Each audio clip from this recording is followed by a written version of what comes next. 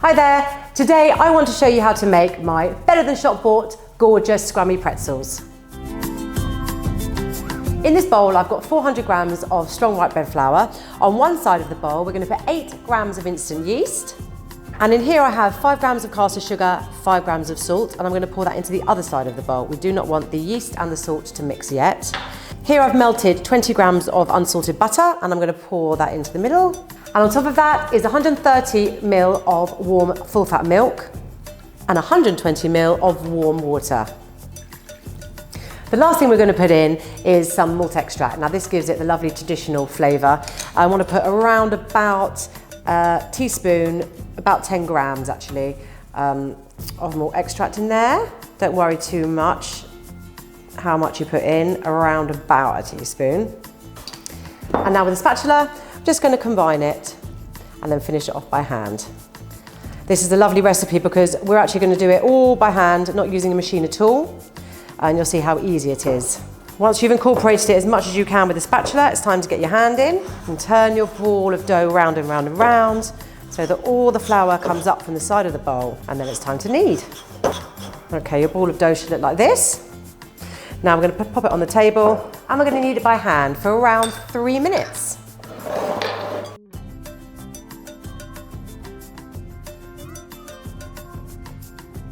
What you're aiming for is a nice, silky, smooth ball.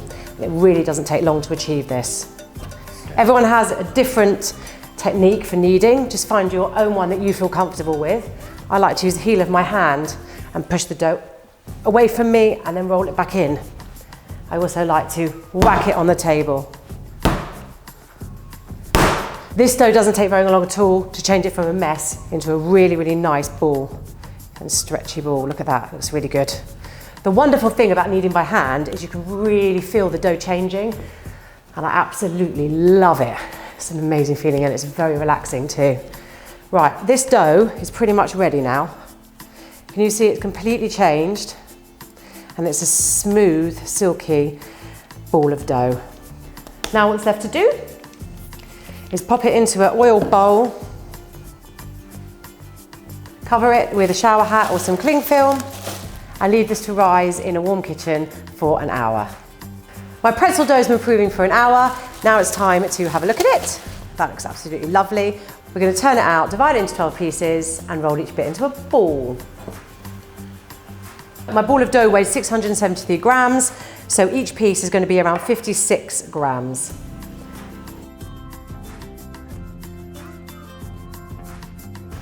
I'm going to roll each one into a ball, so with a cupped hand and not on a floured surface so that the dough has something to stick to. You roll each one into a nice tight ball. We're going to roll our dough out into very long thin ropes, around 50 to 60 centimetres in length, and try and be as even as possible. If you feel like the dough is kind of stretching and is too tense, what you want to do is leave the dough for a little bit and then you can come back to it, and the gluten will make the dough relax and it'll be easier to roll out. Once you've got your dough like this, you have to bring it around into a horseshoe. Okay, you have to put the right hand side over the left hand side, and then again the right hand side over the left hand side like that. Got a little twist. Take your two ends, bring them up and push them down onto the sides of your horseshoe like so. Then you pick it up, pop it down on the tray, turning it over so that the sealed side is underneath.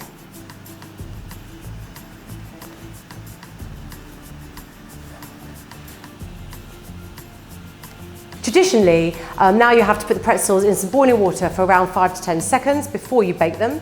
If you want to stop at this stage and brush with egg wash and bake straight away, that's absolutely fine. You need a nice big pan of boiling water, and into that we're going to put 2 tablespoons of bicarbonate of soda. You can watch it fizz up. Now I'm going to carefully place each of my pretzels in there one at a time for 5 seconds. So carefully pick up one of your pretzels, pop it into the water, count to 5, 1, 2, 3, 4, 5, and then take it out again. Grab another one, pop it in, 1, 2, 3, 4, 5. Now I'm going to brush these beautiful pretzels with egg wash and scatter some poppy seeds on some and some lovely thick grains of salt on the other, and then we're going to bake them at 200 degrees fan for around 15 minutes until they're golden brown. Egg wash gives them a beautiful shine when they're in the oven.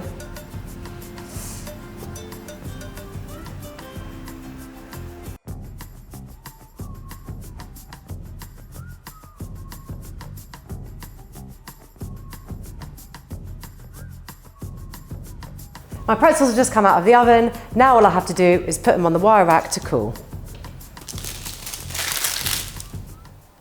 So now you know that making your own homemade pretzels are actually pretty easy. So why not make some today? And I'll see you soon. Bye.